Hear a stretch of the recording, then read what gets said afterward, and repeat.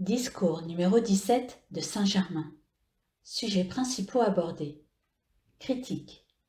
Doute de l'enseignement. Instructions diverses. Discours. Quand vous serez suffisamment fort pour le supporter, nous vous donnerons, sous une forme narrative spéciale, une explication étonnante de l'usage correct ou incorrect de la puissante présence I Am.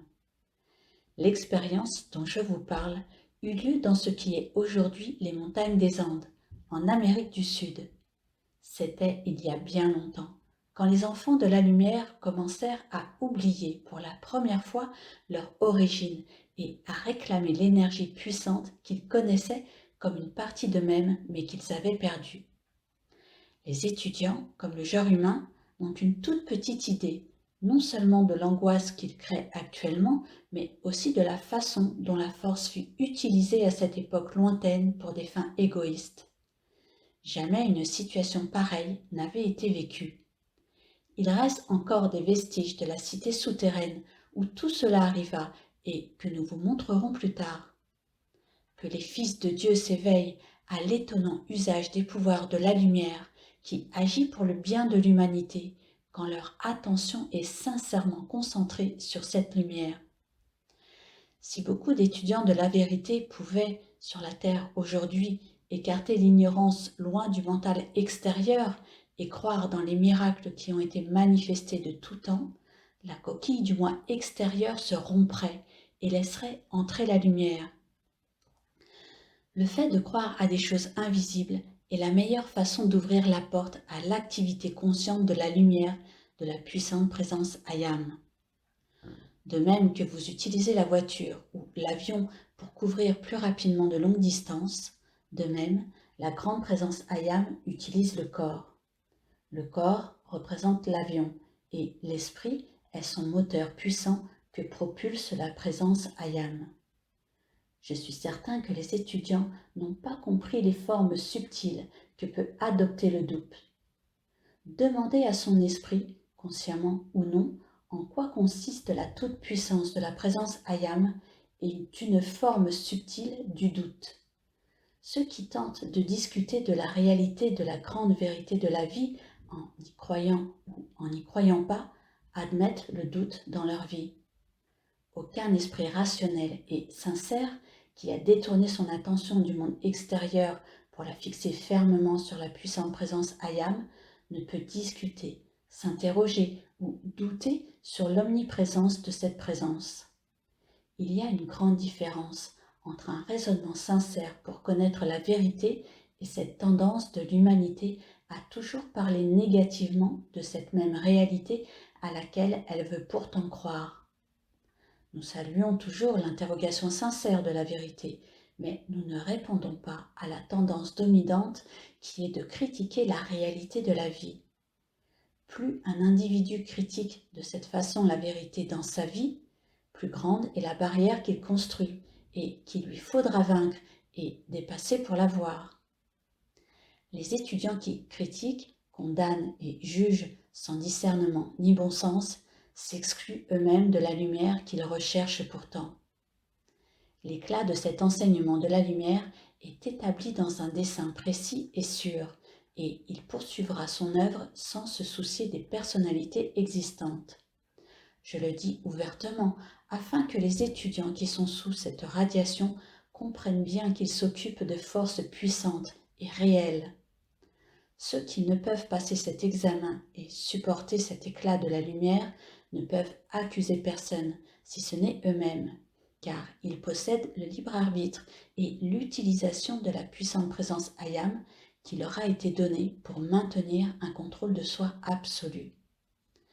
Quand vous serez assez imprudent pour tenter de discuter de la vérité sacrée qui vous a été donnée pour votre propre liberté et pour votre usage avec ceux qui ne peuvent s'approcher d'elle, vous vous enfoncerez dans les eaux profondes du doute et de l'interrogation. Dans le passé, les étudiants qui se retiraient dans les retraites de la fraternité pour recevoir l'instruction n'avaient pas la permission de discuter de la vérité entre eux. Ils appliquaient seulement silencieusement l'instruction donnée par le maître et étaient ainsi certains du résultat escompté. En écoutant la critique, les jugements et les doutes des autres, les étudiants sont comme lapidés en pleine rue.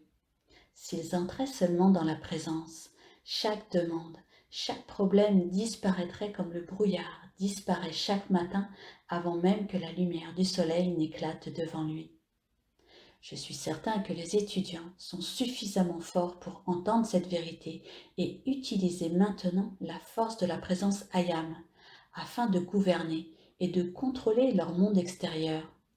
Ils pourront ainsi recevoir la complète et parfaite présence, son amour, sa sagesse, son pouvoir et son opulence qui les rend capables de penser, de sentir et de vivre la vérité de la lumière, ce qui leur a donné le désir d'atteindre cette vérité. Je désire également dire clairement aux étudiants que la baguette de feu qui a été placée dans leur conscience leur a été donnée par leurs frères ou par leurs sœurs, c'est-à-dire par des messagers qui ont connu, expérimenté et donné des preuves de cette loi pendant des siècles. Ces grands êtres dans lesquels vous fixez votre attention ne sont ni un mythe, ni une production de l'imagination.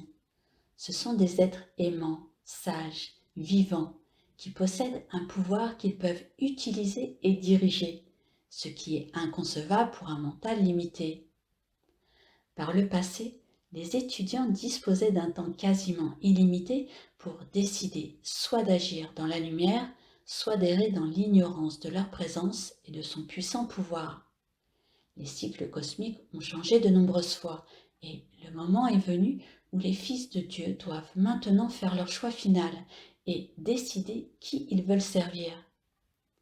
Jamais auparavant, dans l'histoire du monde, n'ont été données autant d'opportunités et d'assistance aux fils de la terre, afin qu'ils puissent envisager la splendeur du soleil de la lumière éternelle de Dieu, et qu'ils cheminent sérieusement et sans crainte dans cette splendeur radiante, libres pour toujours de toute limitation, vivant dans l'abondance de cette lumière qui les enveloppe d'un manteau de paix et de repos.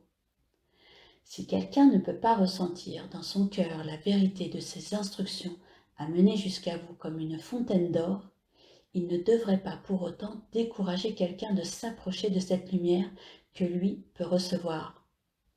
Au demeurant, dans la plénitude du grand amour de mon être, je donne pour tous la vérité, pleine et entière, pour que sa splendeur soit cause de la compréhension du oser, faire et se taire, de la tradition des âges.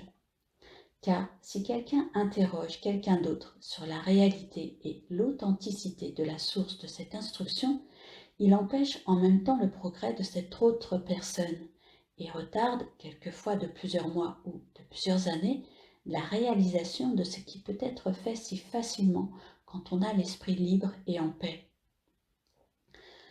Comme le maître qui vous a approché, je connais et je ressens chacune de vos pensées. Il est très facile pour un étudiant de croire par moments que ses actes et ses pensées peuvent rester cachés. Mais pour les maîtres ascensionnés, il n'y a aucun acte, ni aucune pensée qui soit cachée, puisque tout ce que vous pensez ou sentez est naturellement et automatiquement enregistré dans le monde éthérique qui vous entoure. Souvenez-vous toujours que la décision vous appartient de vouloir ou non avancer. Je vais vous dire maintenant quelque chose de très rare. L'unique raison pour laquelle le rayon personnel de Jésus put être donné à ceux qui étaient sous sa radiation en ce temps-là, fut que 7 personnes de ce groupe d'étudiants ont été témoins de l'ascension de Jésus-Christ il y a 2000 ans. Il les vit et les reconnut comme il les voit aujourd'hui et leur donne la reconnaissance et l'assistance nécessaires. De la même manière que cette splendeur arrive à vous, chers amis, elle arrive au cœur de ceux qui peuvent recevoir la présence.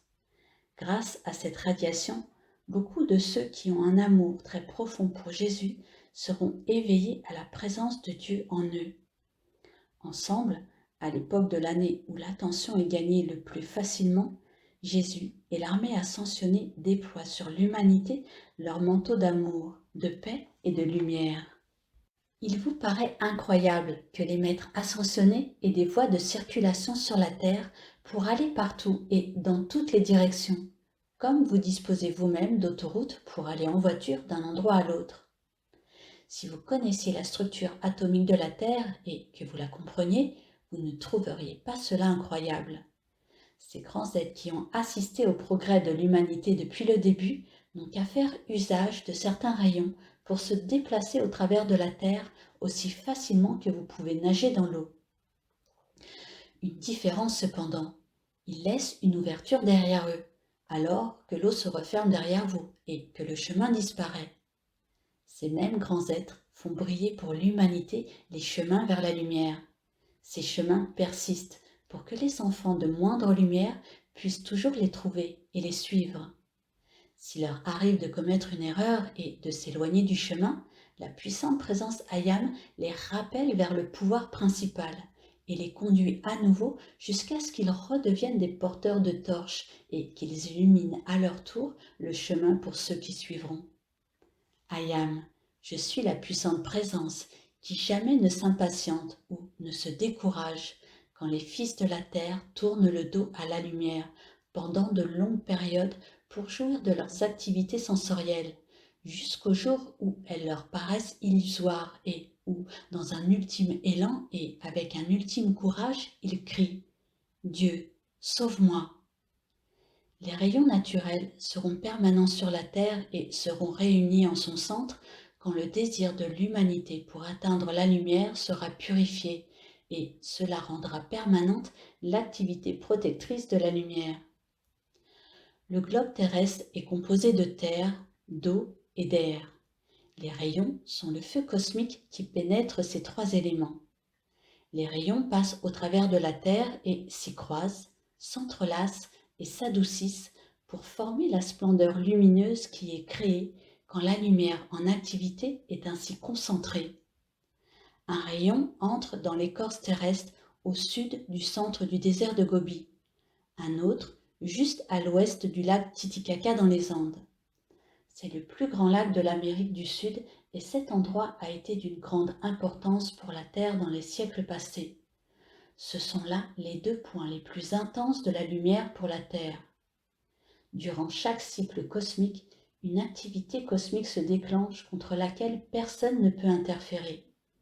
Les grandes lois cosmiques sont exactes jusque dans les moindres détails.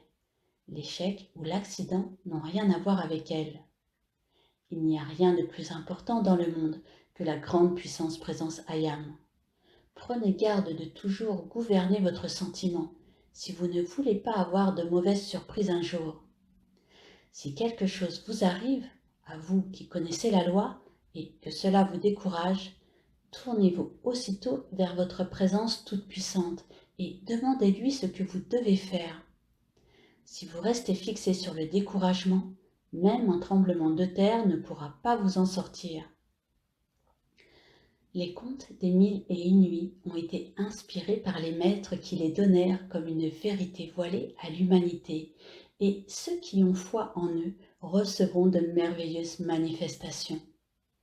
Avant que ces manifestations ne se produisent, vous devez préserver cette foi pour surfer sur la vague jusqu'à ce que nous puissions manifester cette réalité, car la foi est le pouvoir protecteur qui, maintenu en activité, devient la réalité. Quand vous entrez pleinement dans son action, vous éprouvez toujours deux activités de la loi. D'abord, la condensation ou la précipitation. Ensuite, la transformation en éther, l'éthérialisation. Obéissez à la loi avec sérénité et ne donnez aucune autorité, ni au temps, ni au lieu, ni aux événements. Le mental extérieur doit être maintenu calme et la volonté extérieure et intérieure doivent être une seule volonté. Plus vous maintiendrez fermement votre attention sur eux et les mécanismes intérieurs de ces opérations vous seront révélés pour que vous puissiez les utiliser consciemment. Note aux auditeurs. Ces audios ont été réalisés pour vous faire découvrir l'enseignement des maîtres ascensionnés, reçus par Monsieur et Madame Ballard, également nommés Godfrey et Lotus Reking. Ces audios ne remplacent pas la lecture des discours des maîtres. La lecture a une portée plus puissante en vous que l'écoute seule de ces audios, et seuls les écrits de ces discours véhiculent l'entière pureté de la parole des maîtres.